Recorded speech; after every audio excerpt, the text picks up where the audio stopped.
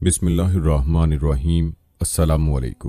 اربوں خربوں درود و سلام خاتم النبیین سیدنا حضرت محمد مصطفیٰ صلی اللہ علیہ وآلہ وسلم پر، ان کی آل، ان کی اولاد پر اللہ تعالیٰ مغفرت فرمائے، آپ کی، میری، ساری امت کے مسلمانوں کی، آمین۔ دوستو، قیامت کی بڑی نشانیوں میں سے اہم ترین حضرت امام مہدی علیہ السلام کا ظہور ہے، جن کا دور حضرت عیسیٰ علیہ السلام کی دوبارہ آمد کے عرصے کے دوران ہی بیان ہوتا ہے۔ حضرت عبداللہ بن مسعود رضی اللہ تعالیٰ عنہ سے روایت ہے کہ رسول اللہ صلی اللہ علیہ وآلہ وسلم نے فرمایا، اگر دنیا کا ایک دن بھی باقی ہوگا تو اللہ اس دن کو طویل کر دے گا، حتیٰ کہ اس میں ایک ایسے شخص کو ظاہر کر دے گا جو مجھ سے ہوں گے، یعنی اہل بیت سے ہوں گے۔ ان کا نام میرے نام اور ان کے والد کا نام میرے والد کے نام کے مطابق ہوگا۔ یہ وہ دور ہوگا جب فتنے عروج پر ہوں گے، ظلم پھیل چکا ہوگا، عدل و انصاف ناپید ہوگا۔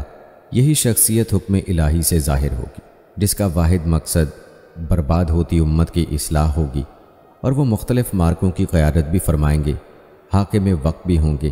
دوستو، امام مہدی کے بارے میں مزید جاننے سے پہلے اس بات کا جاننا انتہائی ضروری ہے کہ نبی کریم صلی اللہ علیہ وآلہ وسلم نے ارشاد فرمایا کہ امام مہدی کا ظہور برحق ہے۔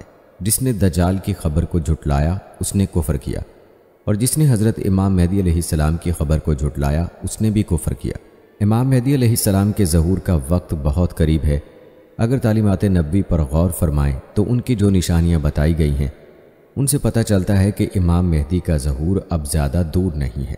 آئیے نبی کریم صلی اللہ علیہ وآلہ وسلم کی احادیث کے تناظر میں یہ دیکھتے ہیں کہ موجودہ حالات کس طرف جا رہے ہیں۔ دوستو، فلسطین اور اسرائیل کی جو موجودہ کشیدگی ہے پوری دنیا کے سامنے ہے، اور ہر کوئی اسرائیل کے مظالم کے بارے میں جانتا ہے جو کہ فلسطین کے مسلمانوں پر ایک عرصے سے ڈھائے جا رہے ہیں۔ یاد رہے کہ جب مظالم حد سے بڑھ جاتے ہیں تو اس کا رد عمل ہوتا ہے۔ یہ فلسطین کے مسلمانوں کی طرف سے یہ رد عمل ایک زبردست حملے کی صورت میں دیکھا گیا۔ فلسطینی مجاہدوں نے ہزاروں راکٹ اسرائیل پر داغے اور کئی اسرائیلیوں کو یرغمال بنا کر انہیں اپنا قیدی بھی بنا لیا، اور اس حملے کے بعد اسرائیل اور فلسطین میں جھڑپیں جاری ہیں جو کہ شدت اختیار کر رہی ہیں، اور یہ جھڑپیں کسی بڑی جنگ کا پیش خیمہ بن سکتی ہیں۔ دوستو، اب سوال یہ ہے کہ آیا فلسطین اور اسرائیل کی لڑائی اس بات کا اشارہ تو نہیں کہ امام مہدی کا ظہور اب زیادہ دور نہیں ہے؟ تو چلیے اس بات کو تھوڑا ماضی میں جا کر سمجھنے کی کوشش کرتے ہیں۔ دوستو، آپ کو یقیناً یاد ہوگا کہ کچھ عرصہ قبل ایک بات مشہور ہوئی تھی کہ دنیا کے نقشے سے فلسطین کو غائب کر دیا گیا ہے، اور اس بات کو امام مہدی علیہ السلام کے ظہور کی نشانی بتایا جا رہا تھا۔ دوستو، تھوڑا سا ماضی میں چل کر دیکھا جائے تو ہٹلر کے برپا کیے گئے ہولوکاسٹ نامی ڈرامے کی وجہ سے جس دن یہودیوں کو فلسطینی عربوں نے اپنی زمینیں بیچ کر ان کو یروشلم موجودہ فلسطین میں پناہ دی، بعد میں انہی لوگوں نے مسلح ہو کر انہیں فلسطینیوں کو مار مار کر وہاں سے نکالنا شروع کر دیا اور خود قابض ہو کر بیٹھ گئے تھے۔ اور پھر جب مسلمان عرب ممالک انہی یہودیوں کے خلاف ان سے فلسطین کو آزاد کروانے کے لیے اکٹھے ہوئے تو مصر کے سوشلسٹ کمیونسٹ سربراہ و صدر جمال عبد الناصر نے یہ نعرہ لگا دیا کہ ہم فرعون کی اولاد ہیں اور یہ یہودی موسیٰ علیہ السلام کے بیٹے ہیں، تو اب ہمارے پاس موقع ہے ان سے اس ہجرت کا بدلہ لینے کا جو انہوں نے فرعون کے دور میں یروشلم فلسطین کی طرف کی تھی، اور فرعون کو پانی میں غرق ہونا پڑا تھا۔ اب ہمارے پاس ان سے اپنے باپ کا بدلہ لینے کا پورا موقع ہے۔ اس کے بعد اس نعرے نے اللہ کی غیرت کو للکارا، جس کے نتیجے میں عرب یہ لڑائی یہودیوں سے بری طرح نہ صرف ہارے بلکہ گولان ہائٹس بھی یہودیوں نے ان کے ہاتھوں سے چھین لیے، تو فلسطین و یروشلم اسی وقت اس دنیا کے نقشے سے ختم ہو چکا تھا، کیونکہ بعد میں کوئی ایسی تحریک بیدار نہیں ہوئی جو فلسطین کو یہودیوں کے قبضے سے چھڑانے کے لیے کوئی عملی اقدام کرتی، بلکہ آج تک پیدا ہی نہیں ہو سکی۔ دوستو، اس وقت سے تھرڈ ٹیمپل ہیکل سلیمانی کو دوبارہ قائم کرنے کے لیے مسجد اقصیٰ کو سخت ترین خطرہ پیدا ہو چکا ہے۔ اس کی سرنگیں وہ پہلے ہی کھود کر اس کو آن دی رسک بتا چکے ہیں۔ کوئی بھی پیدا ہونے والا زلزلے کا جھٹکا اس مسجد کو گرا سکتا ہے، یا پھر یہ لوگ خود بھی بدماشی کے زور پر اس کو دھماکے سے گرا سکتے ہیں، اور اگر اللہ نہ کرے وہ ایسا کر بھی گزرتے ہیں تو کیا ہوگا؟ مسلمانوں میں کوئی بھی ایک ایسا ملک نہیں ہے جو ان حیوانوں کا مقابلہ کر سکے۔ مسجد اقصیٰ کی شہادت پر بھی ہم صرف مذمتیں کریں گے اور کچھ جذباتی گانے بنا کر اسرائیل سے بدلہ لینے کی کوشش کریں گے، اور ویسے بھی سنن ابو داؤد کی حدیث میں تو یہ ہے کہ بیت المقدس کی آبادی مدینہ کی ویرانی ہوگی، اور مدینہ کی ویرانی سے بڑی جنگ کا آغاز ہوگا۔ اور بڑی جنگ کا آغاز قسطنطنیہ کی فتح ہوگی، اور قسطنطنیہ کی فتح دجال کے خروج کی وجہ بنے گی۔ دوستو اگر دیکھا جائے تو بیت المقدس میں تو ہر طرف سے آباد کاریاں ہو رہی ہیں اور عربوں کی صورتحال بھی سب کے سامنے ہے۔ کبھی وہاں معاشی بحران پیدا ہو جاتے ہیں اور لوگوں کو بھاگنا پڑتا ہے، کبھی طواف بند تو کبھی حج بند، اور مسجد نبی صلی اللہ علیہ وآلہ وسلم بھی بند۔ دوستو اسی حدیث کے آگے نبی کریم صلی اللہ علیہ وآلہ وسلم نے فرمایا کہ مدینہ کی ویرانی اس حد تک ہو جائے گی کہ کسی مسجد کے اندر کوئی کتا داخل ہوگا تو اس کو روکنے والا کوئی نہیں ہوگا، اور وہ مسجد کے ستون پر پیشاب کرے گا، اور مدینہ کے پھلوں کو کوئی انسان نہیں کھائے گا۔ تو صحابہ کرام رضوان اللہ اجمعین نے پوچھا، یا رسول اللہ صلی اللہ علیہ وآلہ وسلم، تو ان پھلوں کو کون کھائے گا؟ تو آپ صلی اللہ علیہ وآلہ وسلم نے فرمایا کہ ان کو درندے اور پرندے یعنی حیوانات کھائیں گے۔ دوستو کورونا کے چھوڑے گئے شوشے نے جہاں اتنا بڑا دنیاوی بحران کھڑا کر دیا کہ مسلمانوں نے اپنی مسجدوں میں ہی جانا چھوڑ دیا، اس سے بھی اس حدیث کی صداقت کا پتہ چلتا ہے کہ اگر یہ دنیاوی بحران ایک بار برپا کیا جا سکتا ہے تو دوسری بار پیدا کیے گئے ایسے ہی کسی بحران کی شدت کیا ہوگی، آپ اچھی طرح سوچ سکتے ہیں۔ اب آتے ہیں اسی حدیث میں بیان کی جانے والی بڑی جنگ کی طرف۔ تو یاد رہے کہ جب تک مسجد اقصی کی شہادت نہیں ہوتی، تیسری جنگ عظیم کا اعلان آفیشل لیول پر نہیں کیا جا سکتا۔ ویسے تو یہ جنگ انہی علاقوں میں لڑی جا رہی ہے جہاں سے اس بڑی جنگ کا آغاز ہونے والا ہے، لیکن ابھی پوری دنیا اس جنگ کے لپیٹے میں نہیں آئی۔ لیکن جب ان لوگوں نے سوچ لیا کہ اب گریٹر اسرائیل کو بڑھاوا دینے اور جنگ کو شروع کرنے کا وقت آ گیا ہے، تو اس دن مسجد اقصی کو شہید کر دیا جائے گا اور پھر مسلمانوں کے خلاف ایک بڑی جنگ کا آغاز کر دیا جائے گا۔ اب کون کون اس جنگ میں کودے گا اس بارے میں کوئی نہیں جانتا، لیکن دوستو مسلمانوں کے خلاف عالمی سطح پر کوئی جنگ چھیڑ دی جائے اور وہ جنگ کسی مسلمانوں کے عالمی رہنما کے بغیر لڑی جائے، ایسا کبھی نہیں ہو سکتا۔ یاد رکھیں مسلمانوں کے وہ عالمی رہنما یا نجات دہندہ اور کوئی نہیں بلکہ امام مہدی ہوں گے۔ دوستو اس کے علاوہ یہ بھی یاد رہے کہ امام مہدی علیہ السلام کے ظہور کے لیے ضروری ہے کہ پہلے سفیانی نامی بندے کا ظہور ہو جو کہ دمشق کی گود سے نکلے گا۔ پہلے وہ نجات دہندہ کی شکل میں سامنے آئے گا، اس کے بعد وہ یکدم اپنا شرافت کا چولا اتار پھینکے گا۔ اس موضوع پر بعض مفکرین کا کہنا ہے کہ ہو سکتا ہے موجودہ حکمران بشار الاسد کو مار دیا جائے یا ہٹا دیا جائے اور کسی ایسی شخصیت کو سامنے لایا جائے جو کہ وہاں امن برپا کرنے میں اہم کردار ادا کرے، اور جب دنیا اس کے کردار سے متاثر ہو جائے تو وہ کسی بات پر غضبناک ہو کر بے دریغ قتل و غارت گری شروع کر دے۔ اور اس کی وجہ احادیث میں یہ بیان کی گئی ہے کہ وہ سفیانی کسی مسجد کے ممبر پر بیٹھا ہوگا اور پوری مجلس اس کے سامنے ہوگی کہ یکدم کہیں سے کوئی عورت نمودار ہوگی اور اس کی ران پر بیٹھ جائے گی، جس پر ایک آدمی اٹھ کر اس کی اس حرکت پر سخت برہم ہوگا اور اس کو ایسا کرنے پر شرم دلائے گا اور مسجد کے تقدس کا احترام کرنے کا کہے گا، جس کی وجہ سے سفیانی نہ صرف اس بندے کو مار دے گا بلکہ مسلمانوں کے خلاف جنگ کا اعلان کر دے گا اور بے دریغ قتل و غارت گری کرے گا۔ دوستو یاد رہے کہ حجاز یعنی سعودیہ کے کسی امیر کی موت اور اس کی موت پر اس کے بیٹوں کے درمیان ہونے والی لڑائی اور سعودیہ میں ہونے والی مزید قتل و غارت اور دہشت گردی، یہ امام مہدی کے ظہور کی بہت خاص نشانی ہے جو احادیث میں بیان کی گئی ہے۔ دوستو جب تک یہ نشانی بھی پوری نہیں ہوتی کچھ بھی کہنا قبل از وقت اور بیکار ہے۔ یاد رہے بلکہ اچھی طرح یاد رہے کہ جب تک حضرت امام مہدی علیہ السلام کا ظہور نہیں ہوتا تیسری جنگ عظیم میں شدت نہیں آئے گی، اور تیسری جنگ عظیم کے لیے ضروری ہے کہ مسجد اقصی کو شہید کر دیا جائے۔ ہاں اس لحاظ سے اس حدیث کی پہلی یہ دو باتیں بہت اہم ہیں، لیکن یہ کب ہوگا اس سب کی خاص نشانی بیان ہو چکی کہ سعودیہ کے حالات سخت خراب ہوں گے، حج کا موقع ہوگا، وہاں کے امیر کی موت ہو چکی ہوگی اور اس کے بیٹوں میں اس کی امارت کو لے کر سخت جھگڑا ہو رہا ہوگا کہ اب نیا امیر یا بادشاہ کون بنے گا۔ خونریزی اور قتل و غارت کا دورہ ہو رہا ہوگا، لاشیں گر رہی ہوں گی اور دہشت گردوں کی آمد کی گردان جاری ہوگی، اور یہ کہا جا رہا ہوگا کہ دہشت گردوں کا بڑا کمانڈر اس وقت خانہ کعبہ میں چھپا بیٹھا ہے، جس کو پکڑنے کے لیے جوائنٹ فورسز روانہ ہو چکی ہیں۔ بعد میں اللہ اس لشکر کو مکہ اور مدینہ کے درمیان ایک بیدا نامی جگہ میں دھسا دے گا اور دجالی میڈیا اس بات کو بھی چھپائے گا۔ باقی علماء و محققین کا کہنا ہے کہ جب ایسا پروپیگنڈا ہو رہا ہو تو ایمان والے سمجھ جائیں کہ امام مہدی علیہ السلام کا ظہور ہو چکا ہے۔ دوستو اگر 3-4 سال پہلے سعودیہ کے حالات کا جائزہ لیا جائے تو وہاں کی عوام کی بغاوت اور ہونے والے پے در پے دھماکے بھی سامنے آ چکے ہیں۔ وقتی طور پر تو ان کو کنٹرول کر لیا گیا، لیکن آنے والے وقت میں یہ حالات کیا رخ اختیار کرتے ہیں وہ بھی نظر آ جائے گا۔ باقی سفیانی کی حکومت کی مدت تو 9 ماہ یا کئی روایات میں 1.5 سال تک بیان ہوئی ہے، اور اس کے خروج کے کچھ مہینوں بعد ہی امام مہدی علیہ السلام کا ظہور ہو جائے گا۔ دوستو، یہ چند نشانیاں ذکر کی گئی ہیں جو کہ امام مہدی علیہ السلام کے ظہور کے حوالے سے احادیث ثابت ہیں۔ ان نشانیوں کو آپ فلسطین کے موجودہ حالات کے ساتھ کیسے دیکھتے ہیں، آپ نے کمنٹ باکس میں ہمیں لازمی بتانا ہے۔ دوستو، قیامت کی بڑی نشانیوں میں سے اہم ترین حضرت امام مہدی علیہ السلام کا ظہور ہے، جن کا دور حضرت عیسیٰ علیہ السلام کی دوبارہ آمد کے عرصے کے دوران ہی بیان ہوتا ہے۔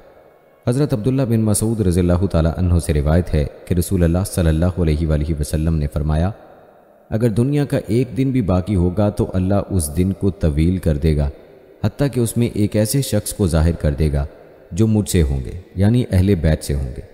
ان کا نام میرے نام اور ان کے والد کا نام میرے والد کے نام کے مطابق ہوگا۔ یہ وہ دور ہوگا جب فتنے عروج پر ہوں گے، ظلم پھیل چکا ہوگا، عدل و انصاف ناپید ہو چکا ہوگا۔ یہ شخصیت حکم الہی سے ظاہر ہوگی جس کا واحد مقصد برباد ہوتی امت کی اصلاح ہوگی، اور وہ کئی مارکوں کی قیادت بھی فرمائیں گے۔ حاکم وقت بھی ہوں گے۔ امام مہدی علیہ السلام کے بارے میں مزید جاننے سے پہلے اس بات کا جاننا انتہائی ضروری ہے کہ نبی کریم صلی اللہ علیہ وآلہ وسلم نے ارشاد فرمایا کہ امام مہدی کا ظہور برحق ہے۔ جس نے دجال کی خبر کو جھٹلایا اس نے کفر کیا، اور جس نے حضرت امام مہدی علیہ السلام کی خبر کو جھٹلایا اس نے بھی کفر کیا۔ دوستو، امام مہدی کے ظہور کا وقت بہت قریب ہے۔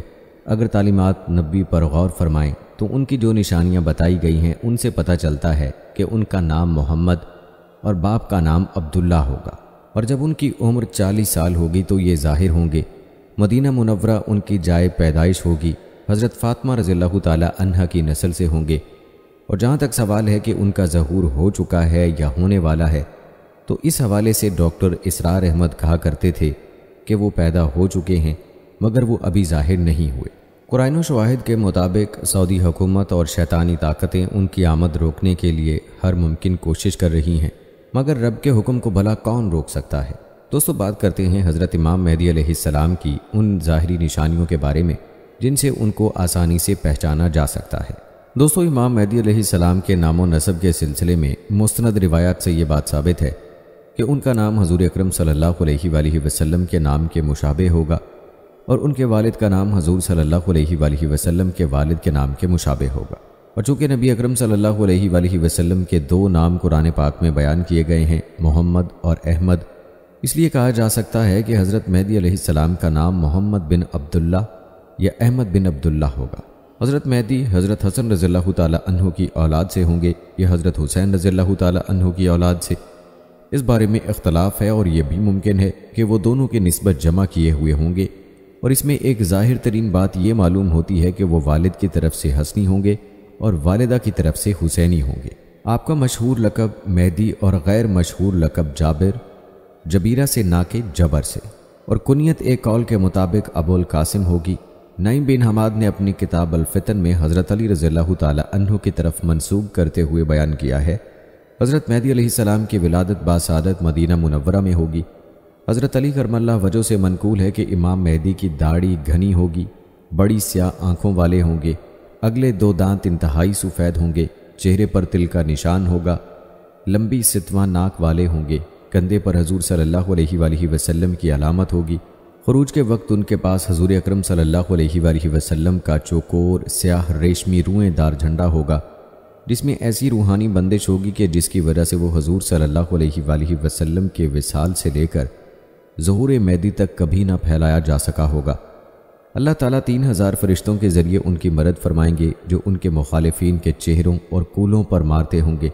ظہور کے وقت ان کی عمر 30 سے 40 کے درمیان ہوگی، بلکہ سید برزنجی نے حضرت مہدی علیہ السلام کے ظہور کی بہت سی علامات ذکر کی ہیں، جن میں سے چند یہ ہیں کہ امام مہدی علیہ السلام کے پاس حضور اکرم صلی اللہ علیہ وآلہ وسلم کی قمیض مبارک اور جھنڈا ہوگا جس سے ان کی شناخت ہوگی۔ حضرت امام مہدی علیہ السلام کی تائید و تصدیق کے لیے ان کے سر پر ایک بادل سایہ فگن ہوگا، جس میں سے ایک منادی کی یہ آواز آ رہی ہوگی، یہ مہدی اللہ کے خلیفہ ہیں، تم ان کی پیروی کرو۔ حضرت مہدی علیہ السلام ایک خشک بانس زمین میں گاڑیں گے تو وہ اسی وقت سرسبز ہو کر برگ و بار لانے لگے گا۔ حضرت امام مہدی علیہ السلام سے نشانی کا مطالبہ کیا جائے گا تو وہ اپنے ہاتھ سے فضا میں اڑتے پرندے کی طرف اشارہ کریں گے تو وہ ان کے سامنے آ گرے گا۔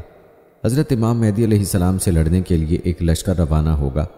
جب وہ لشکر مکہ اور مدینہ پہنچے گا تو اس پورے لشکر کو زمین میں دھنسا دیا جائے گا۔ لوگوں کے دل غنی ہو جائیں گے اور زمین کثرت سے اپنی برکتوں کا ظہور کرے گی۔ حضرت مہدی علیہ السلام خانہ کعبہ میں مدفون خزانہ نکال کر فی سبیل اللہ تقسیم کر دیں گے۔ جس طرح دریائے نیل حضرت موسیٰ علیہ السلام کے لیے پھٹ گیا تھا، اسی طرح حضرت مہدی علیہ السلام کے زمانے میں ہوگا۔ مغرب کی طرف سے کئی جھنڈے لشکروں سمیت نمودار ہوں گے اور اس لشکر کا سردار قبیلہ کندہ کا ایک آدمی ہوگا۔ دریائے فرات کا پانی خشک ہو جائے گا۔ ان کے ظہور کے وقت ایک روشن دمدار تارہ نظر آئے گا۔ ان کے ظہور کے سال ماہ رمضان کی پہلی تاریخ کو چاند گرہن اور 15 تاریخ کو سورج گرہن ہوگا۔ اگرچہ سائنسی نقطہ نظر اور ماہرین فلکیات کے نزدیک ایسا ممکن نہیں۔ مشرق کی طرف سے ایک بہت بڑی آگ 3 یا 7 دن تک مسلسل ظاہر رہے گی۔ شام کے ہرستہ نامی بستی کو زمین میں دھنسا دیا جائے گا۔ خراسان کی طرف سے ایک قوم سیاہ جھنڈوں کے ساتھ آئے گی۔ حضرت امام مہدی علیہ السلام کے ظہور سے قبل دریائے فرات سے سونے کا ایک پہاڑ نکلے گا۔ جب لوگوں کو اس کی خبر ہوگی تو اس کے حصول کے لیے دریائے فرات کی طرف روانہ ہوں گے۔ وہاں 3 آدمی قائدانہ حیثیت سے اکٹھے ہوں گے اور دریائے فرات پر سونے کے پہاڑ کے حصول کے لیے یہ تینوں باہم اپنے لشکروں کے ساتھ جنگ کریں گے۔ ان تینوں لشکروں کے درمیان اس قدر شدید قتال ہوگا کہ ہر 100 میں سے 99 افراد قتل ہو جائیں گے۔ صحیحین کی روایت میں ہے جو شخص اس وقت وہاں حاضر ہو وہ اس سونے میں سے کچھ نہ لے۔ دوستو، علامات قیامت کا ظہور ہو رہا ہوگا۔ بے دینی عام ہوگی، کفر عام ہوگا، سب ملکوں میں نصارہ کی عملداری ہو جائے گی۔ اس وقت مسلمانوں کو فکر ہوگی کہ حضرت امام مہدی کو تلاش کرنا چاہیے تاکہ ان مصیبتوں سے جان چھوٹے۔ اس وقت حضرت امام مہدی علیہ السلام مدینہ منورہ سے مکہ مکرمہ چلے جائیں گے۔ اس زمانے میں جو ابدال ہوں گے وہ سب حضرت مہدی علیہ السلام کی تلاش میں ہوں گے۔ بعض لوگ جھوٹ موٹ بھی دعویٰ مہدی ہونے کا شروع کر دیں گے۔ الغرض حضرت مہدی علیہ السلام خانہ کعبہ کا طواف کرتے ہوں گے اور حجر اسود اور مقام ابراہیم کے درمیان ہوں گے کہ بعض نیک لوگ ان کو پہچان لیں گے اور ان کو زبردستی گھیر گھار کر ان سے حاکم بننے کی بیعت کر لیں گے۔ اس بیعت میں آسمان سے ایک آواز آئے گی جس کو سب لوگ جتنے وہاں موجود ہوں گے سنیں گے۔ وہ آواز یہ ہوگی کہ یہ اللہ تعالیٰ کے خلیفہ ہیں، یعنی حاکم بنائے ہوئے مہدی ہیں۔ دوستو، امام مہدی کے ظہور سے قیامت کی بڑی نشانیاں شروع ہو جائیں گی۔ غرض جب آپ کی بیعت کا قصہ مشہور ہوگا تو مدینہ منورہ میں جو فوجیں مسلمانوں کی ہوں گی وہ مکہ چلی جائیں گی۔ ملک شام، عراق اور یمن کے ابدال اور اولیاء سب آپ کی خدمت میں حاضر ہوں گے، اور بھی عربوں کی بہت سی فوجیں اکٹھی ہو جائیں گی۔ جب مسلمانوں میں یہ خبر مشہور ہو جائے گی تو اس وقت ایک شخص خراسان سے حضرت مہدی علیہ السلام کی مدد کے واسطے ایک بڑی فوج لے کر چلے گا، جس کے لشکر کے آگے چلنے والے حصے کے سردار کا نام منصور ہوگا، اور راہ میں بہت سے بددینوں کی صفائی کرتا چلا جائے گا۔ امام مہدی علیہ السلام نصارہ کے ساتھ لڑنے کے لیے لشکر تیار کریں گے اور بہت سے مسلمان آپس میں قسم کھائیں گے، فتح حاصل کیے بغیر پیچھے نہ ہٹیں گے، پس سارے مسلمان شہید ہو جائیں گے۔ صرف تھوڑے سے مسلمان بچیں گے جنہیں لے کر حضرت مہدی علیہ السلام اپنے لشکر میں چلے جائیں گے۔ اگلے دن پھر اس طرح کا قصہ ہوگا کہ قسم کھا کر جائیں گے اور تھوڑے سے بچ کر آئیں گے۔ تیسرے دن بھی ایسا ہی ہوگا۔ آخر چوتھے دن یہ تھوڑے سے آدمی مقابلہ کریں گے اور اللہ تعالیٰ فتح عطا فرمائیں گے۔ پھر کافروں کے دلوں میں لڑنے کا حوصلہ نہ رہے گا۔ اب حضرت امام مہدی علیہ السلام ملک کا انتظام سنبھالیں گے اور سب فوجیں روانہ کریں گے اور خود سارے کاموں سے نمٹ کر قسطنطنیہ فتح کرنے چلیں گے۔ جب دریائے روم کے کنارے پہنچیں گے تو بنو اسحاق کے 70,000 آدمیوں کو کشتیوں پر سوار کر کے اس شہر کے فتح کرنے کے واسطے تجویز کریں گے۔ جب یہ لوگ شہر کی فصیل کے مقابل پہنچیں گے تو اللہ اکبر با آواز بلند کہیں گے۔ اس نام کی برکت سے شہر پناہ کی دیوار گر جائے گی اور مسلمان حملہ کر کے شہر کے اندر گھس جائیں گے اور کفار کو قتل کریں گے اور خوب انصاف اور قاعدے سے ملک کا بندوبست سنبھالیں گے۔ بیعت سے لے کر اب تک 6 یا 7 سال کی مدت گزرے گی۔ حضرت امام مہدی یہاں کے بندوبست میں لگے ہوں گے کہ ایک جھوٹی خبر مشہور ہوگی کہ یہاں کیا بیٹھے ہو، وہاں شام میں دجال آ گیا ہے اور تمہارے خاندان میں فتنہ و فساد کر رہا ہے۔ اس خبر پر حضرت امام مہدی علیہ السلام شام کا سفر کریں گے اور تحقیق حال کے واسطے 9 یا 5 سواروں کو آگے بھیج دیں گے۔ ان میں سے ایک شخص آ کر خبر دے گا کہ وہ خبر محض غلط تھی، ابھی دجال نہیں نکلا۔ حضرت مہدی علیہ السلام کو اطمینان ہو جائے گا اور سفر میں جلدی نہ کریں گے۔ اطمینان کے ساتھ درمیان کے ملکوں کے بندوبست دیکھتے بھالتے ملک شام پہنچیں گے۔ وہاں پہنچ کر تھوڑے ہی دن گزریں گے کہ دجال بھی نکل پڑے گا، اور دجال یہودیوں کی قوم میں سے ہوگا۔ اول شام اور عراق کے درمیان میں سے نکلے گا اور دعوی نبوت کرے گا، پھر اصفہان پہنچے گا، وہاں کے 70,000 یہودی اس کے ساتھ ہو جائیں گے، پھر خدائی کا دعویٰ شروع کر دے گا۔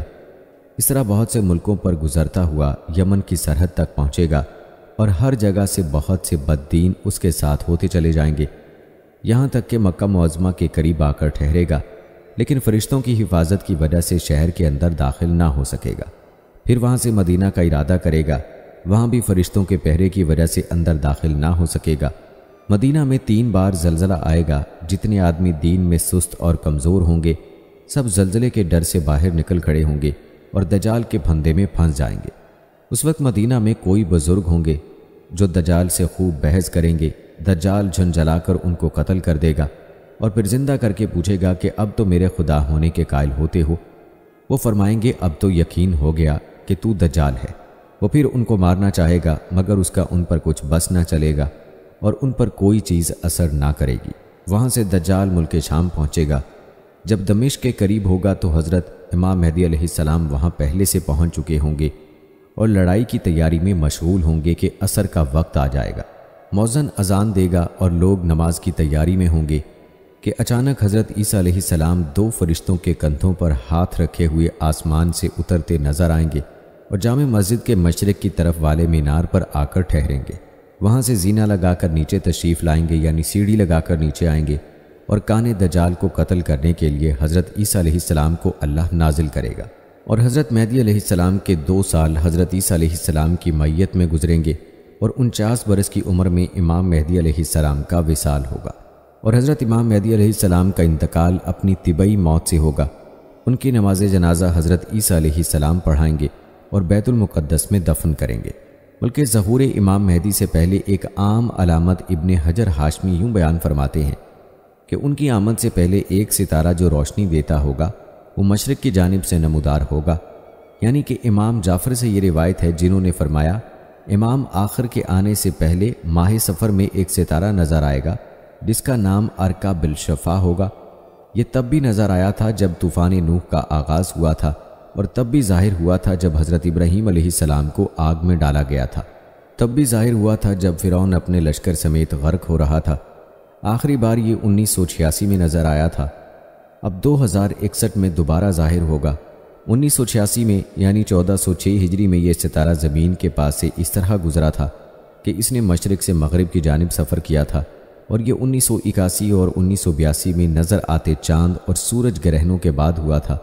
حضرت امام مہدی علیہ السلام کے آنے سے پہلے ایک عام واقعہ یوں بیان ہوتا ہے کہ لوگ اکٹھے ہو کر حج کریں گے اور کسی امام کے بغیر اکٹھے ہوں گے، حاجیوں کو لوٹ لیا جائے گا اور مینا میں جنگ شروع ہو جائے گی، بہت سے لوگ قتل ہوں گے۔ امام مہدی علیہ السلام کا ظہور ایک بڑی جنگ کے بعد ہوگا جسے یہودی اور عیسائی بار بار اپنی کتابوں اور صحیفوں میں ظاہر کرتے ہیں۔ انجیل میں اسے حق و باطل میں فرق کرنے والا بڑا مارکہ کہا جاتا ہے۔ مسلمان امام مہدی علیہ السلام کو مجدد قرار دیتے ہیں۔ امام مہدی علیہ السلام مجدد ثانی ہوں گے، مطلب وہ صرف علمی اصلاح نہیں بلکہ دین کو بالکل دوبارہ اسی طرح قائم فرمائیں گے جیسے رسول اللہ صلی اللہ علیہ وآلہ وسلم نے اپنی حیات مبارکہ میں قائم کیا۔ اس بات کا تعین مشکل ہے کہ امام مہدی علیہ السلام کا ظہور کب اور کس جانب سے ہوگا۔ کچھ علماء کہتے ہیں کہ ان کا ظہور مغرب سے ہوگا اور کچھ کے مطابق ان کا ظہور مشرق سے ہوگا۔ احمد اور داؤد نے ام سلمہ رضی اللہ تعالی عنہ سے روایت کیا ہے کہ ایک عرب بادشاہ کی موت کے بعد قوم اختلاف کا شکار ہو جائے گی۔ ایک شخص بھاگ کر مدینہ سے مکہ چلا جائے گا تو مکہ سے کچھ لوگ آئیں گے جو اسے زبردستی باہر نکال کر رکن یمانی اور مقام ابراہیم کے درمیان اس کے ہاتھ پر بیعت کریں گے۔ حضرت ام سلمہ رضی اللہ تعالی عنہ سے مزید روایت ہے کہ رسول اللہ صلی اللہ علیہ وآلہ وسلم نے فرمایا کہ پناہ لینے والا بیت اللہ کی پناہ لے گا، ایک لشکر اس کی طرف بھیجا جائے گا جو کہ رستے میں ہی زمین میں دھنس جائے گا، یعنی امام مہدی علیہ السلام کعبہ میں طواف کر رہے ہوں گے کہ لوگ ان کو پہچان کر ان کے ہاتھ پر بیعت کریں گے، پھر ان سے لڑنے والا مسلمانوں کا ہی ایک لشکر مکہ کی طرف رخ کرے گا، لیکن مکہ سے کچھ فاصلے پر ہی زمین میں دھنس جائے گا۔ جو ایک دو لوگ بچیں گے وہ اپنے ساتھیوں کو اس کی خبر دیں گے، یعنی ظہور امام مہدی کی۔ پھر ہر طرف سے لوگ آئیں گے، شام و عراق سے، اور تمام جماعتیں حضرت امام مہدی کے ہاتھ پر بیعت کریں گی، اور ہر شخص کے لیے یہ بیعت لازمی ہوگی۔ یہاں سوال یہ پیدا ہوتا ہے کہ امام مہدی علیہ السلام کے ظہور سے پہلے جو معرکہ ہونا ہے وہ کن قوتوں کے درمیان ہوگا؟ اکثر علماء کرام رومان کا ذکر عیسائیوں کے لیے ہی کرتے ہیں۔ اگر تاریخ اٹھا کر دیکھیں تو تاریخ عیسائیوں اور مسلمانوں کے حیران کن واقعات سے بھری پڑی ہے، کبھی صلح اور کبھی شہادت کے۔ آج بھی ان دونوں کے تعلقات انتہائی غیر یقینی ہیں۔ امام مہدی علیہ السلام سے ظہور سے پہلے ہونے والی جنگوں سے متعلق یہ حدیث بیان ہے، عنقریب اہل روم امن کے خاطر صلح کریں گے اور پھر وہ تم سے مل کر اپنے ایک دشمن سے لڑیں گے، تم اس جنگ میں فتح یاب ہوگے، مال غنیمت حاصل کرو گے اور سلامت رہو گے، پھر تم میدان جنگ میں پڑاؤ ڈالو گے جس میں ٹیلے بھی ہوں گے، پھر عیسائیوں کا ایک شخص صلیب بلند کرے گا اور اعلان کرے گا کہ صلیب نائب آ گئی، جس پر ایک مسلمان شدید غصے میں آئے گا اور آگے بڑھ کر صلیب کے ٹکڑے کر دے گا۔ اس واقعے سے عیسائی شدید غصے میں آ کر تمام معاہدے توڑ دیں گے اور پھر خون ریز جنگوں کا آغاز ہوگا۔ وہ تمہارے خلاف اسی جھنڈے تلے جمع ہوں گے اور ہر جھنڈے تلے 12,000 کا لشکر ہوگا۔ گویا یہاں دو جنگوں کا ذکر ہے، پہلے مسلمان اور عیسائی اکٹھے ہو کر کسی دشمن کے خلاف لڑیں گے، کسی ایسی قوت سے جو کہ پیچھے ہوگی اور وہ اس میں کامیاب ہوں گے۔ پھر اس کے بعد ایک اور جنگ ہوگی جس میں مسلمان اور عیسائی آپس میں لڑیں گے، اور اکثر علماء اسی کو عظیم معرکہ قرار دیتے ہیں۔ حضرت عبداللہ بن عمر رضی اللہ تعالی عنہ سے روایت ہے کہ رسول اللہ صلی اللہ علیہ وآلہ وسلم نے فرمایا کہ ایک ایسا فتنہ ظاہر ہوگا جو سب عربوں کو لپیٹ میں لے لے گا، اس میں قتل ہونے والے جہنم میں جائیں گے۔ اس فتنے میں زبان کی کاٹ تلوار سے زیادہ ہوگی۔ آج کے مشرق وسطیٰ کے حالات دیکھیں تو وہ 1400 سال پہلے بیان احادیث سے ملتے جلتے ہیں۔ کئی احادیث میں ملک شام کا ذکر ہے، کئی علماء اس سے مراد موجودہ شام ہی نہیں بلکہ اس سے جڑے بہت سے ممالک لیتے ہیں۔ اس میں وہ تمام زمینیں شامل ہیں جن میں بہت سے انبیاء کا ظہور ہوا۔ رسول اللہ صلی اللہ علیہ وآلہ وسلم فرماتے ہیں کہ جب شام والوں میں بگاڑ آ جائے گا تو تم میں کوئی بھلائی نہ رہے گی۔ میری امت کا ایک گروہ قیامت تک فتح یاب رہے گا، جنہیں رسوا کرنے والا کوئی بھی شخص انہیں نقصان نہ پہنچا سکے گا۔ اس لیے رسول اللہ صلی اللہ علیہ وآلہ وسلم نے شام میں رہنے کی تلقین کی ہے، کیونکہ آخر الزمان میں یہ اسلام کا مضبوط مرکز ہوگا۔ رسول اللہ صلی اللہ علیہ وآلہ وسلم نے فرمایا کہ فتنے کے دنوں میں مسلمانوں کا مرکز غوطہ ہوگا جو دمشق شہر کے ایک جانب ہوگا، اور وہ شام کا بہترین شہر ہوگا۔ ان واقعات کا تعلق امام مہدی کے دور سے ہے یا کسی اور دور سے، یہ واضح نہیں ہے۔ اس دور میں اتنے فتنوں کا ذکر ہے کہ اگر اس دور میں کوئی شخص اپنے ساتھی کی قبر کے پاس سے گزرے گا تو تمنا کرے گا کہ کاش اس قبر میں وہ خود ہوتا، کیونکہ جس قسم کی تکالیف اور مصیبتوں سے وہ گزر رہا ہوگا وہ موت سے زیادہ ہوں گی۔ اللہ پاک فتنوں سے ہم سب کی حفاظت فرمائے، آمین۔ دوستو، حضرت امام مہدی علیہ السلام اور حضرت عیسیٰ علیہ السلام کے بارے میں ہمیں لاتعداد روایات ملتی ہیں۔ وہیں ایک اور عام شخصیت ایسی ہیں جن کا ذکر ہم اکثر سنتے ہیں، لیکن بیشتر علماء کے نزدیک ان کے زندہ ہونے پر مختلف سوال کیے جاتے ہیں کہ آخر وہ زندہ ہیں تو کہاں ہیں؟ کیا آخر الزمان صلی اللہ علیہ وآلہ وسلم سے پہلے ان کا بھی کوئی کردار ہے یا ان کا ظہور ہوگا؟ اور یہ شخصیت ہیں حضرت خضر علیہ السلام کی۔ ان کا اصل نام ابو العباس بلیہ بن ملکان تھا۔ ان کا نام خضر پڑھنے کا طریقہ یہ ہے کہ خے کے نیچے زیر ہوگی، اس پر زبر پڑھنا درست نہیں ہے۔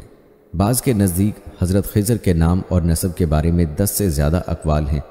رسول اللہ صلی اللہ علیہ وآلہ وسلم نے فرمایا کہ ان کا نام خضر اس لیے رکھا گیا کہ وہ جب چمڑے کی سفید چٹائی پر بیٹھے تو اچانک وہ چٹائی آپ کے پیچھے سبزے کی وجہ سے لہرانے لگی۔ حضرت خضر علیہ السلام کس دور میں گزرے اس بارے میں بیشتر علماء کا اتفاق ہے کہ وہ حضرت موسیٰ علیہ السلام کے ساتھی تھے۔ ان کا واقعہ قرآن کی تفسیر میں یوں ذکر ہوا ہے کہ حضرت موسیٰ علیہ السلام ایک مرتبہ بنی اسرائیل کو واعظ و نصیحت کا خطاب کرنے کے لیے کھڑے ہوئے تو کسی نے اٹھ کر آپ سے ایک عجیب و غریب سوال کر ڈالا کہ لوگوں میں سب سے زیادہ علم کس کے پاس ہے؟ حضرت موسیٰ علیہ السلام نے فرمایا میرے پاس ہے۔ یہ جواب آپ کا بالکل ٹھیک تھا، کیونکہ وقت کا جو نبی ہوتا ہے اللہ تعالیٰ اس کو سب سے زیادہ علم عطا فرماتے ہیں، مگر اللہ تعالیٰ کو یہ منظور تھا کہ حضرت موسیٰ علیہ السلام سے زیادہ علم رکھنے والے بھی ایک اللہ کے بندے موجود ہیں جن کی زیارت اور ملاقات موسیٰ علیہ السلام سے ہونی چاہیے۔ چنانچہ اللہ تعالیٰ نے وحی بھیجی کہ اے موسیٰ، بحرین کا وہ علاقہ جہاں پر 2 دریا ملتے ہیں وہاں میرے بندوں میں سے ایک بندہ ایسا ہے جس کے پاس آپ سے زیادہ علم ہے۔ موسیٰ علیہ السلام نے عرض کیا اے میرے رب، مگر میں کس طرح اس کے پاس پہنچوں گا؟ اللہ تعالیٰ نے فرمایا اے موسیٰ، اپنی زنبیل میں ایک مچھلی پیک کر لو اور بحرین یعنی 2 دریاؤں کے ملنے کی جگہ پر چل پڑو۔ راستے میں ایک ایسا مقام آئے گا جہاں وہ مچھلی اچانک سے نکل کر گم ہو جائے گی، وہی وہ جگہ ہوگی جہاں پر وہ شخص یعنی حضرت خضر علیہ السلام آپ کو ملیں گے۔ پھر موسیٰ علیہ السلام نے اپنے ساتھ اپنے خادم یوشع بن نون کو لیا اور زنبیل میں مچھلی رکھ کر چل دیے۔ کئی دن کی مسافت طے کرنے کے بعد یہ دونوں لوگ ایک ٹیلے کے پاس پہنچے تو موسیٰ علیہ السلام اور ان کے خادم لیٹ گئے اور نیند میں چلے گئے۔ کافی لمبی مسافت کے بعد دونوں تھک گئے تھے، اس لیے گہری نیند میں ایسے سوئے کہ کسی چیز کی خبر نہ رہی۔ مچھلی زنبیل میں کودنے لگی یہاں تک کہ نکل کر دریا میں گر گئی۔ اب یہاں پر ایک پر اسرار واقعہ پیش آیا کہ جیسے ہی مچھلی دریا میں کود گئی تو اللہ تعالیٰ نے پانی کا بہاؤ وہیں روک دیا اور وہاں طاق سا بن گیا اور اس کا راستہ ویسا ہی بنا رہا، جبکہ موسیٰ علیہ السلام کے ساتھی اور خادم جو آپ کے ساتھ تھے وہ بھول گئے کہ انہیں مچھلی کے متعلق بتا دیں۔ بعض لوگوں نے یہ لکھا ہے کہ وہ مچھلی زنبیل میں سے گم ہو گئی، مگر خادم نے بتانے میں شرم اور شرمندگی محسوس کی کہ موسیٰ علیہ السلام مجھے ڈانٹیں گے کہ ایک مچھلی بھی نہیں سنبھالی گئی۔ صبح ہوئی تو موسیٰ علیہ السلام نے اپنے ساتھی سے کھانا طلب کیا اور فرمایا کہ اس سفر میں ہمیں بہت تھکن ہوئی ہے، اس لیے بہت بھوک بھی لگ رہی ہے۔ ساتھی نے کہا حضرت دیکھیے، جب ہم ٹیلے پر ٹھہرے تھے تو میں مچھلی بھول گیا تھا، اور یقیناً یہ شیطان کا ہی کارنامہ ہے کہ مجھے بلا دیا کہ میں آپ سے اس کا تذکرہ کروں۔ میں نے اس وقت یہ بھی دیکھا تھا کہ جب مچھلی نکل کر دریا میں گئی تو اس نے عجیب طریقے سے دریا کا راستہ اختیار کیا تھا، یعنی جہاں وہ گئی وہاں پر ایک پر اسرار راستہ بن گیا تھا۔ موسیٰ علیہ السلام فرمانے لگے وہی جگہ تو ہم تلاش کر رہے تھے۔ چنانچہ وہ دونوں اپنے قدموں کے نشان پر واپس لوٹے۔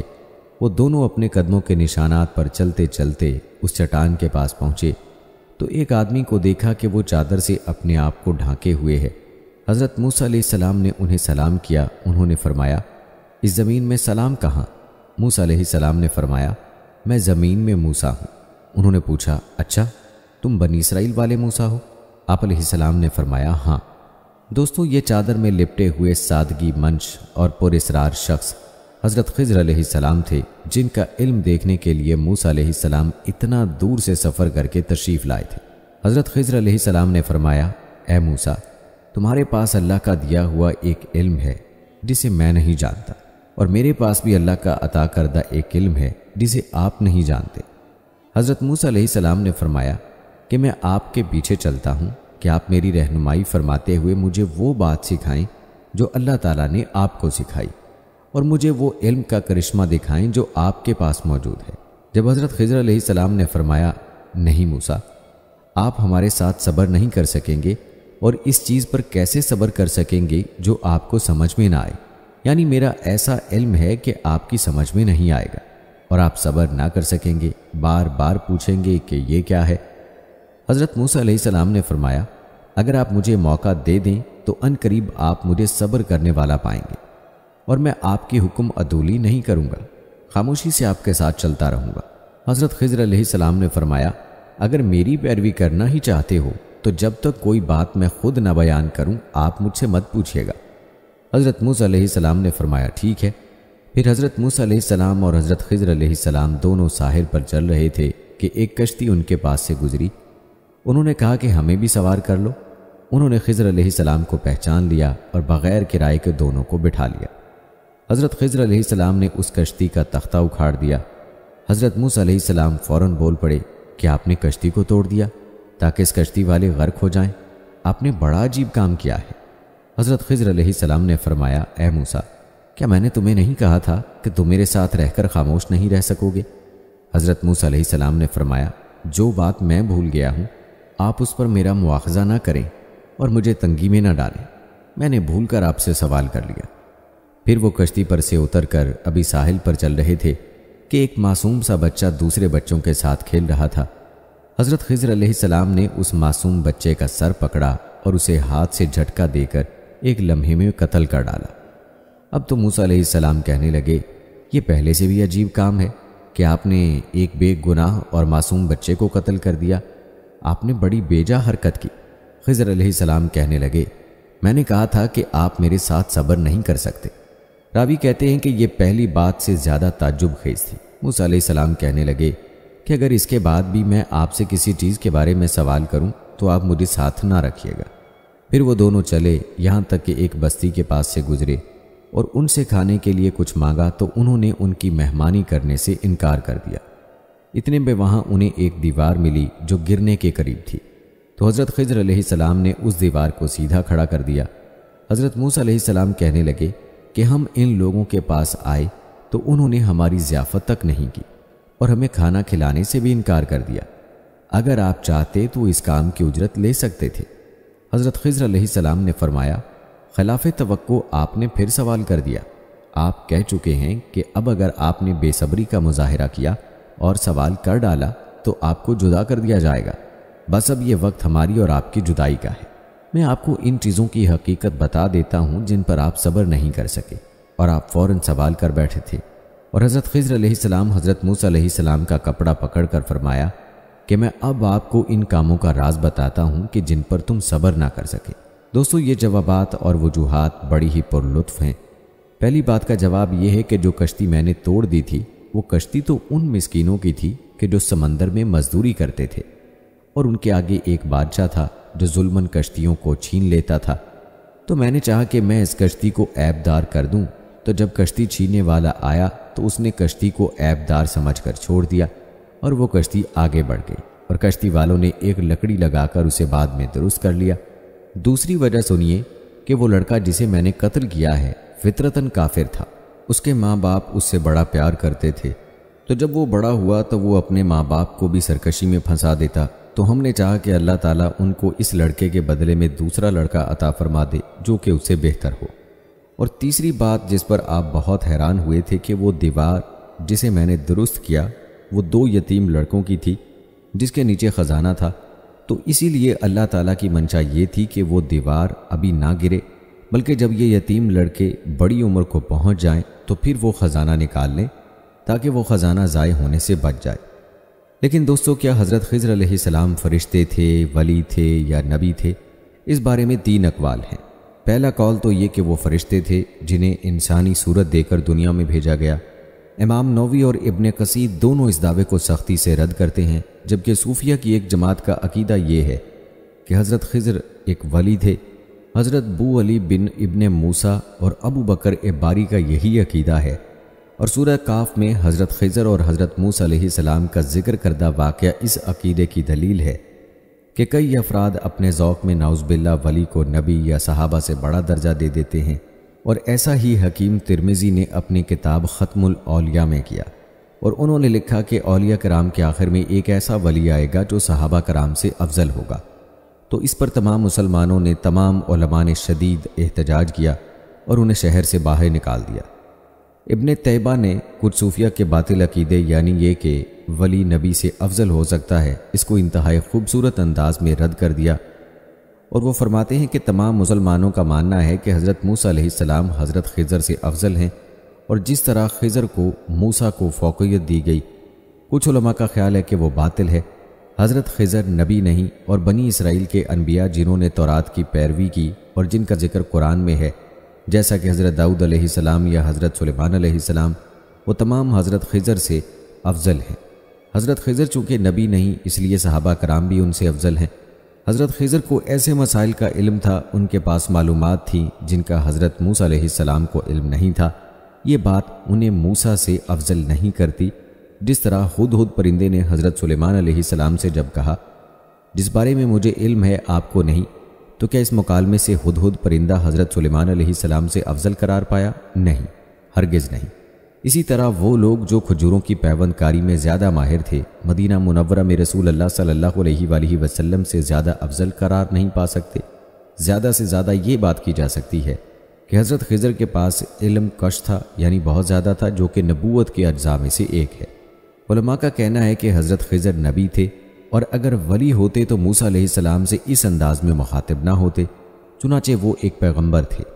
حضرت خضر کی زندگی اور نبوت کے بارے میں علماء میں اختلاف ہے۔ اکثر علماء کا خیال ہے کہ حضرت خضر زندہ اور ہمارے درمیان موجود ہیں، لیکن ابن الحقیم جوزیہ فرماتے ہیں اگر حضرت خضر زندہ ہوتے تو ان پر واجب تھا کہ وہ رسول اللہ صلی اللہ علیہ وآلہ وسلم کی خدمت میں حاضر ہوتے، آپ صلی اللہ علیہ وآلہ وسلم سے علم سیکھتے اور میدان بدر میں جہاد میں شرکت کرتے، جہاں رسول اللہ صلی اللہ علیہ وآلہ وسلم نے فرمایا تھا کہ اے اللہ، اگر آج تیری یہ جماعت ہلاک ہو گئی تو زمین پر تیری عبادت نہ ہو سکے گی۔ تو پھر حضرت خضر کہاں تھے؟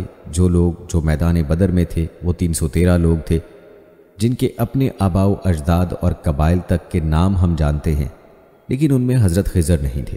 حضرت خضر کے بارے میں ابن اسحاق اپنی کتاب میں فرماتے ہیں کہ جب حضرت آدم کی موت کا وقت قریب آیا، انہوں نے اپنے بیٹوں کو جمع کیا اور فرمایا اللہ کا عذاب نازل ہونے والا ہے، تم میرے جسم کو لے جا کر غار میں رکھ دینا، حتیٰ کہ تم مجھے شام کی سرزمین پر لے جا کر دفن کر دینا۔ جب طوفان نوح آیا تو حضرت نوح علیہ السلام نے اپنے بیٹوں کو فرمایا کہ حضرت آدم نے اپنے اللہ سے دعا کی تھی کہ اے اللہ، اس شخص کی عمر قیامت تک لمبی کر دینا جو مجھے دفن کرے۔ تو حضرت آدم علیہ السلام کا جسم مسلسل پڑا رہا حتیٰ کہ حضرت خضر پیدا ہوئے، جنہوں نے پھر حضرت آدم علیہ السلام کی تدفین کی، تو اللہ نے حضرت آدم سے جو وعدہ کیا تھا وہ پورا کر دیا۔ یوں حضرت خضر اللہ کی مرضی کے مطابق قیامت تک زندہ رہے۔ امام ابن البر اپنی کتاب التعمیر میں ذکر کرتے ہیں کہ حضرت خضر علیہ السلام نے صحابہ سے رسول اللہ صلی اللہ علیہ وآلہ وسلم کے وصال کے بعد افسوس بھی کیا۔ اس طرح کے صحابہ ان کو سن تو سکتے تھے لیکن دیکھ نہیں سکتے تھے۔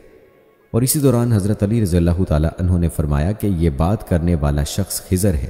پھر امام ابن جوزی احمد بن عمار سے روایت کرتے ہیں کہ خشکی میں رہنے والے حضرت الیاس اور سمندر میں رہنے والے حضرت خضر ہر سال مکہ میں جمع ہوتے ہیں، اور حضرت عبداللہ بن عباس رضی اللہ تعالیٰ عنہ کہتے ہیں کہ یہ بات یہاں تک بھی پہنچی کہ وہ دونوں سال میں ایک بار ایک دوسرے کا سر مونڈتے ہیں اور ایک دوسرے کو کہتے ہیں بسم اللہ اور ماشاءاللہ۔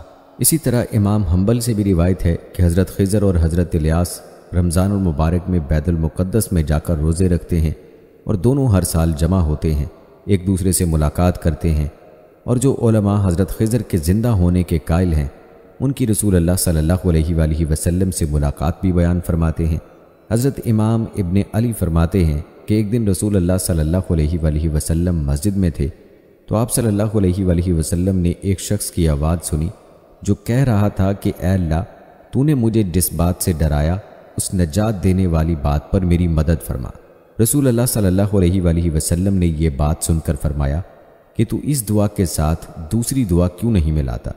اور پھر رسول اللہ صلی اللہ علیہ وآلہ وسلم نے حضرت انس بن مالک سے کہا کہ اے انس، اس شخص کے پاس جا اور جا کر اسے کہہ کہ رسول اللہ صلی اللہ علیہ وآلہ وسلم فرما رہے ہیں کہ میرے لیے بھی دعا کرنا۔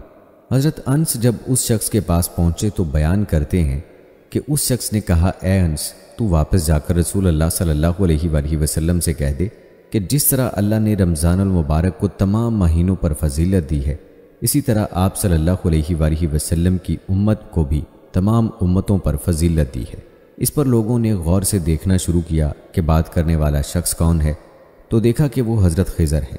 الحافظ ابو عبداللہ محمد بن مسلم اپنے کتاب میں ایک روایت میں یوں بیان کرتے ہیں کہ میں ایک روز حضرت عمر بن عبدالعزیز رحمۃ اللہ علیہ کے پاس بیٹھا ہوا تھا، تو وہاں ایک بزرگ شخص بیٹھے ان سے بات کر رہے تھے، لیکن بعد میں نے انہیں کبھی نہیں دیکھا۔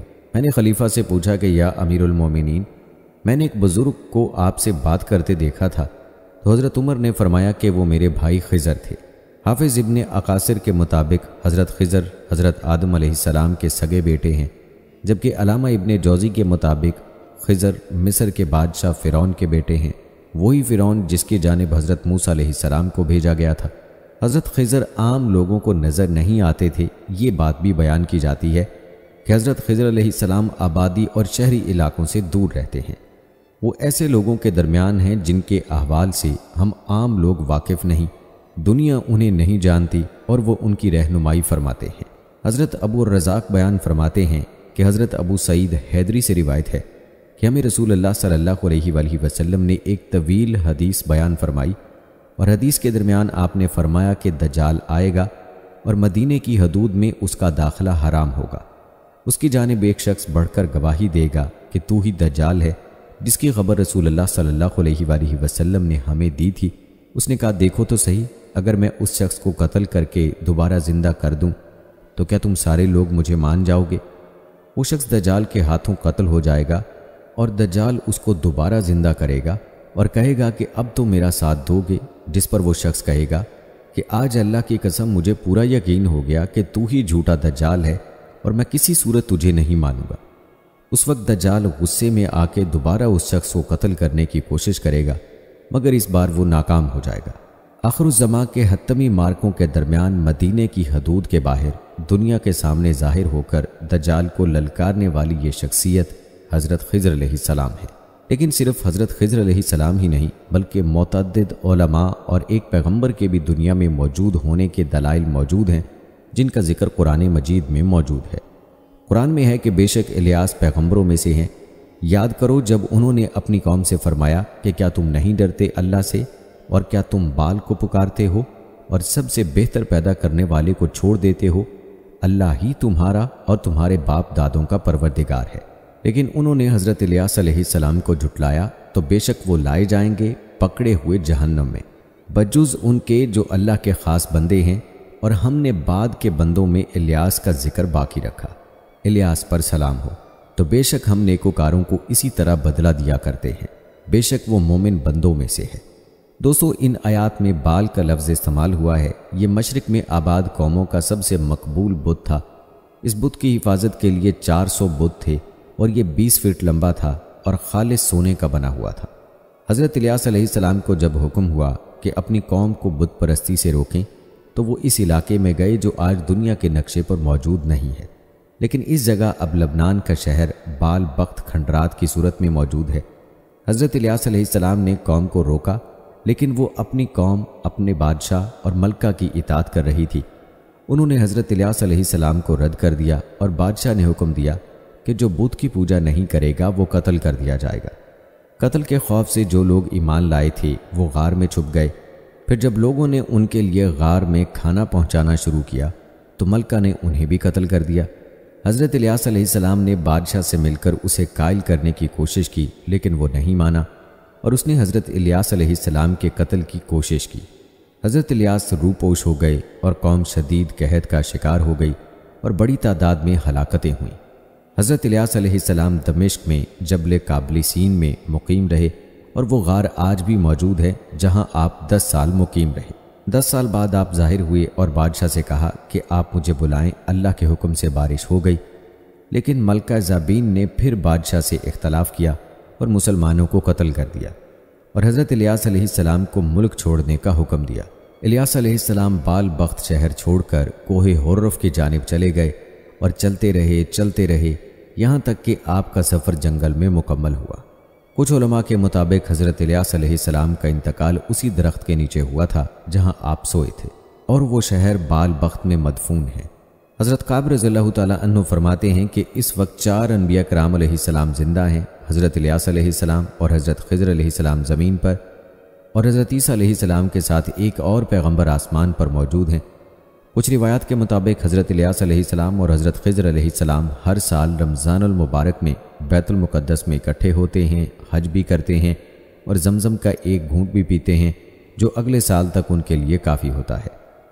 علماء کا اس بات پر بھی اختلاف ہے کہ حضرت خضر علیہ السلام کی طرح حضرت الیاس علیہ السلام نے بھی ایک سفر کے دوران حضرت محمد صلی اللہ علیہ وآلہ وسلم سے ملاقات کی تھی، اور اس واقعے کے راوی حضرت انس بن مالک رضی اللہ تعالیٰ عنہ ہیں۔ مورخین اور مفسرین اس بات پر متفق ہیں کہ حضرت الیاس علیہ السلام کو ملک شام کے یہودیوں اور اسرائیلیوں کو توحید کی دعوت دینے کے لیے بھیجا گیا تاکہ کفر و شرک اور بت پرستی میں غرق قوم کو راہ راست پر لایا جا سکے اور یہ لوگ ایک اللہ اور اس کے رسول پر ایمان لے آئیں۔ بال بت یہودیوں اور اسرائیلیوں کا سب سے بڑا اور مشہور دیوتا تھا۔ کہا جاتا ہے کہ وہ بت سونے کا تھا، اس کا قد 20 گز تھا، 4 منہ تھے اور 400 افراد اس کی خدمت پر مامور تھے۔ یمن اور شام کے عوام کا پسندیدہ دیوتا یہی تھا جس کی سینکڑوں سالوں سے پوجا کی جا رہی تھی۔ روایت میں ہے کہ بال کے پجاری حضرت یوشع علیہ السلام کے زمانے میں بھی تھے اور آپ علیہ السلام نے شام کی فتح کے دوران ان سے جنگ کی تھی۔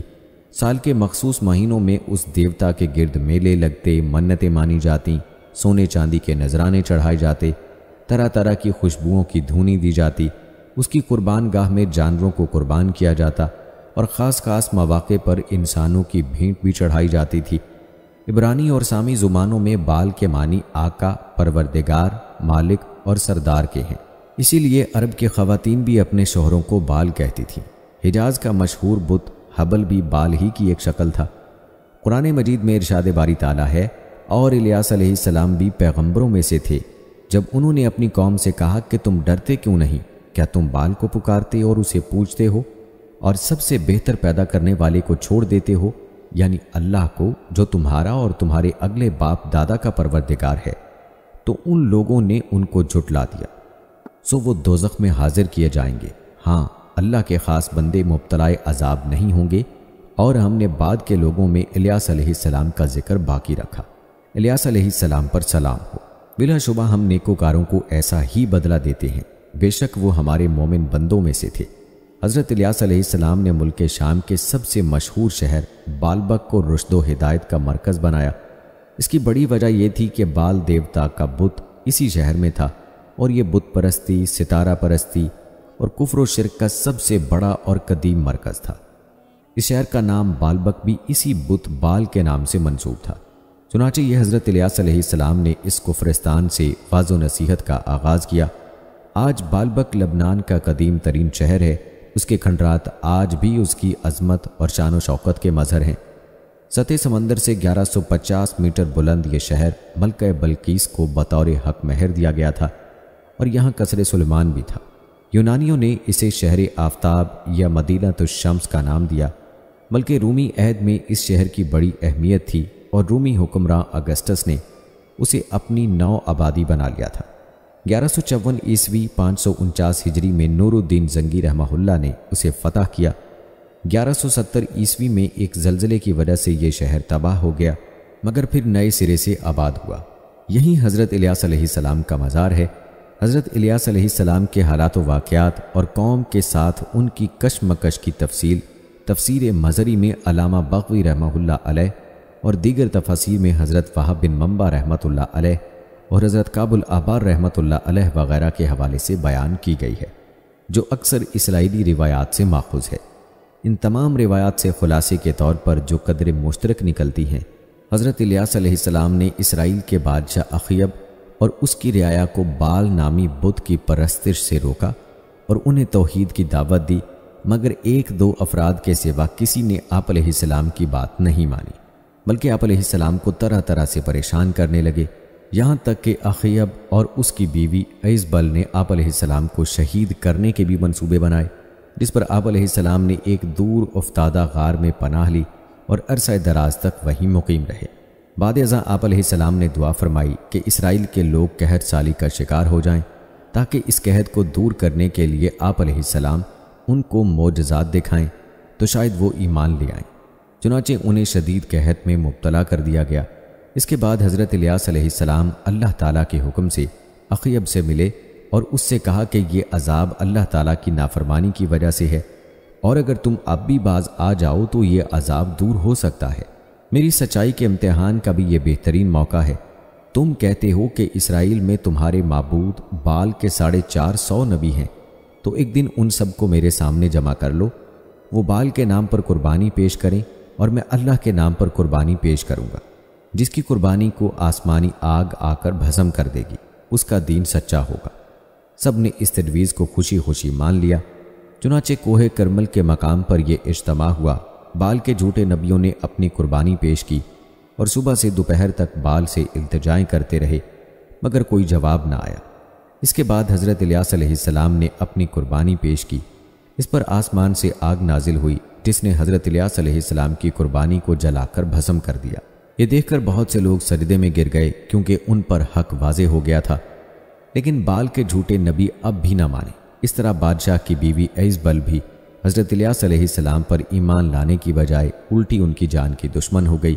حضرت الیاس علیہ السلام کو اس کے اذان کا پتہ چلا تو آپ علیہ السلام روپوش ہو گئے اور کچھ عرصے بعد بنی اسرائیل کے دوسرے ملک یہودیہ میں تبلیغ شروع کر دی، کیونکہ رفتہ رفتہ بال پرستی کی وبا وہاں بھی پھیل چکی تھی۔ وہاں کے بادشاہ نے بھی آپ کی بات نہ سنی، یہاں تک کہ وہ حضرت الیاس علیہ السلام کی پیش گوئی کے مطابق تباہ و برباد ہو گیا۔ چند سال بعد آپ علیہ السلام دوبارہ اسرائیل تشریف لائے اور بادشاہ کو راہ راست پر لانے کی کوشش کی، مگر وہ بدستور اپنی بدعمالیوں میں مبتلا رہا، یہاں تک کہ انہیں بیرونی حملوں اور مہلک بیماریوں کا شکار بنا دیا گیا۔ اس کے بعد اللہ تعالیٰ نے اپنے نبی کو واپس بلا لیا۔ حضرت الیاس علیہ السلام بادشاہ کے ظلم و ستم سے تنگ آ کر ایک غار میں رہنے لگے تھے اور انہوں نے تقریباً 10 سال کا عرصہ روپوشی میں بسر کیا۔ پھر اللہ تعالیٰ نے اس بادشاہ کو ہلاک کر دیا۔ دوسرا بادشاہ تخت نشین ہوا تو حضرت الیاس علیہ السلام اس کے پاس تشریف لے گئے اور اسے دعوت توحید دی، جس پر ایک خلق عظیم ان پر ایمان لے آئی۔ صرف 10,000 باقی رہ گئے جنہیں قتل کر دیا گیا۔ حضرت الیاس علیہ السلام ان انبیاء کرام میں سے ہیں جنہوں نے پوری زندگی جاہ و حشمت، دولت و ثروت سے بے نیاز ہو کر بسر کی، رہنے کو مکان بنایا اور نہ کھانے پینے کی فکر رہی، ملا تو کھا لیا، نہ ملا تو پانی پر ہی گزارا کر لیا۔ دن بھر درس و تبلیغ میں مصروف رہتے اور شب یاد الہی میں گزارتے۔ جب نیند زیادہ ستاتی تو جہاں جگہ میسر آ جاتی سو رہتے۔ سفر نامہ عرض قرآن میں تحریر ہے کہ وادی سینا میں واقع جبل طور پر مقام الیاس وہ جگہ ہے جہاں حضرت الیاس علیہ السلام سامرا سے بھاگ کر روپوش ہوئے تھے۔ حضرت الیاس علیہ السلام کو ایک آتشی گھوڑے پر سوار کر کے آسمان کی طرف اٹھا لیا گیا تھا اور وہ حضرت عیسیٰ علیہ السلام کی طرح زندہ ہے۔ کابل آبار رحمۃ اللہ علیہ سے منقول ہے کہ 4 انبیاء علیہ السلام اب تک زندہ ہیں، 2 زمین پر، حضرت خضر علیہ السلام اور حضرت الیاس علیہ السلام، اور 2 آسمان پر، حضرت عیسیٰ علیہ السلام اور حضرت ادریس علیہ السلام۔ اور ہاں، حضرت عیسیٰ علیہ السلام کی تشریف آوری کا مقصد حضرت صلی اللہ علیہ وآلہ وسلم نے خوب پوری وضاحت سے بیان فرما دیا ہے، جس کا خلاصہ یہ ہے کہ حضرت عیسیٰ علیہ السلام نازل ہو کر صلیب کو توڑ دیں گے، خنزیر کو قتل کریں گے، جزیہ موقوف کر دیں گے اور تمام لوگوں کو اسلام کی دعوت دیں گے۔ پس اللہ تعالیٰ ان کے زمانے میں اسلام کے سوا تمام ملتوں کو ہلاک کر دیں گے اور اللہ تعالیٰ ان کے زمانے میں مسیح دجال کو ہلاک کر دیں گے۔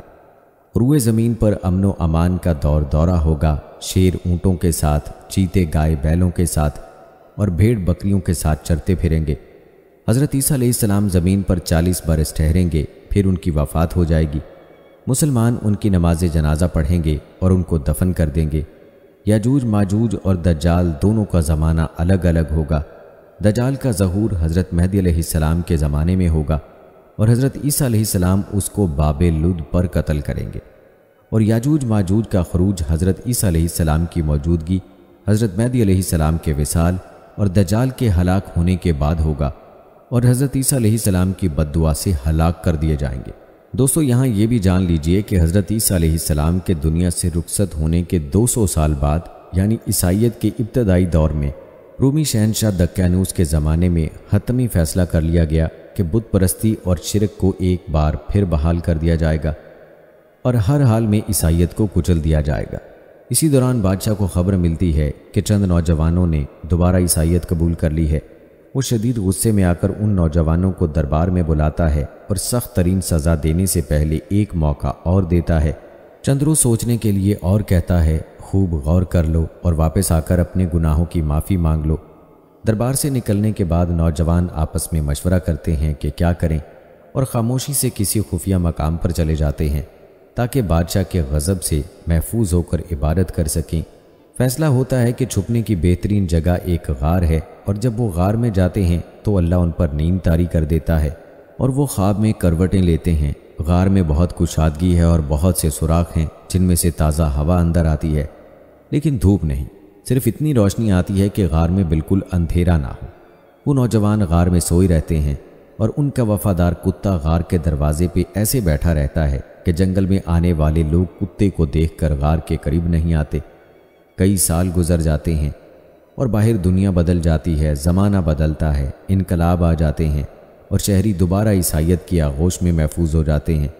اللہ کے حکم سے وہ نوجوان بیدار ہوتے ہیں اور ایک دوسرے سے پوچھتے ہیں کہ ہم کتنا عرصہ سوئے ہیں۔ ایک کہتا ہے شاید آدھا دن، کچھ کہتے ہیں شاید پورا دن۔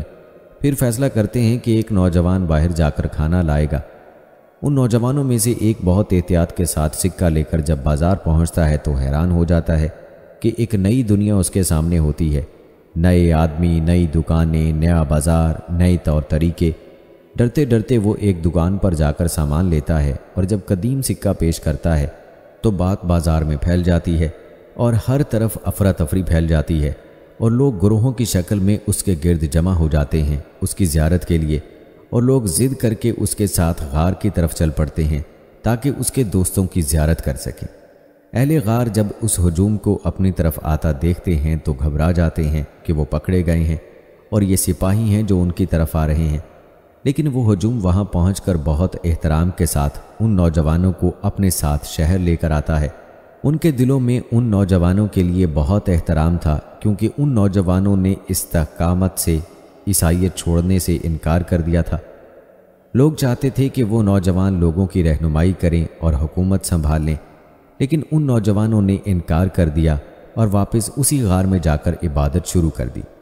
حضرت عبداللہ بن عباس رضی اللہ تعالی عنہ سے روایت ہے کہ قریش نے مدینہ کے یہودی علماء سے کہا کہ وہ انہیں چند ایسی باتیں بتائیں جن سے وہ حضور صلی اللہ علیہ وآلہ وسلم کا امتحان لے سکیں۔ یہودیوں نے قریش سے کہا کہ وہ حضور صلی اللہ علیہ وآلہ وسلم سے 3 امور کے بارے میں دریافت کریں: اصحاب کہف، ذوالقرنین اور روح۔ رسول اللہ صلی اللہ علیہ وآلہ وسلم نے ان نوجوانوں کا ذکر کیا۔ قرآن مجید میں یہ اصحاب کہف اور کہف رقیم کہلائے۔ کہف کا مطلب وسیع غار اور رقیم کے معنی ہے۔ اختلاف ہے اس میں، چند علماء اس سے مراد لکھی ہوئی چیز لیتے ہیں اور کچھ کے مطابق یہ وہ پہاڑی تھی جہاں وہ لوگ مقیم تھے۔ اصحاب کہف کتنے نوجوان تھے اس کے بارے میں اختلاف پایا جاتا ہے، اور قرآن مجید میں فرمایا گیا ہے کہ کچھ کہتے ہیں وہ لوگ 3 تھے اور چوتھا ان کا کتا تھا، اور کچھ لوگ کہتے ہیں کہ وہ 5 تھے اور چھٹا ان کا کتا تھا، اور کچھ لوگ کہتے ہیں کہ وہ 7 تھے اور 8واں ان کا کتا تھا۔ کہہ دیجئے کہ میرا رب ان کی گنتی اور تعداد کو خوب جانتا ہے۔ تھوڑے ہی لوگ ان کی تعداد کو جانتے ہیں، لہٰذا آپ ان کے اس بارے میں جھگڑا مت کریں اور نہ ہی ان سے کچھ پوچھیے۔ دوستو، سورہ کہف کا شمار ان صورتوں میں ہوتا ہے جن میں بہت سے راز کھولے گئے، مثلا اصحاب کہف، حضرت موسیٰ علیہ السلام کا علم حاصل کرنے کے لیے حضرت خضر کے ساتھ سفر، اور حضرت ذوالقرنین کا تذکرہ۔ دنیا کے خاتمے کی بہت ساری علامتیں سورہ کہف میں موجود ہیں۔ حضرت ابو درداء رضی اللہ تعالی عنہ سے روایت ہے کہ نبی کریم صلی اللہ علیہ وآلہ وسلم نے ارشاد فرمایا، جس نے سورہ کہف کی شروع کی 10 آیات یاد کر لیں وہ دجال کے فتنے سے محفوظ ہو گیا۔ اور ایک روایت میں سورہ کہف کی آخری 10 آیتوں کے یاد کرنے کا ذکر ہے۔ حضرت علی رضی اللہ تعالی عنہ فرماتے ہیں کہ رسول اللہ صلی اللہ علیہ وآلہ وسلم نے ارشاد فرمایا، جو شخص جمعے کے دن سورہ کہف پڑھ لے وہ 8 دن تک یعنی اگلے جمعے تک ہر فتنے سے محفوظ رہے گا، اور اگر اس دوران دجال نکل آئے تو یہ اس کے فتنے سے محفوظ رہے گا۔ بلکہ سورہ کہف پڑھنے سے گھر میں سکون و برکات نازل ہوتی ہے۔ ایک مرتبہ ایک صحابی نے سورہ کہف پڑھی، گھر میں ایک جانور بھی تھا، وہ بدکنا شروع ہو گیا۔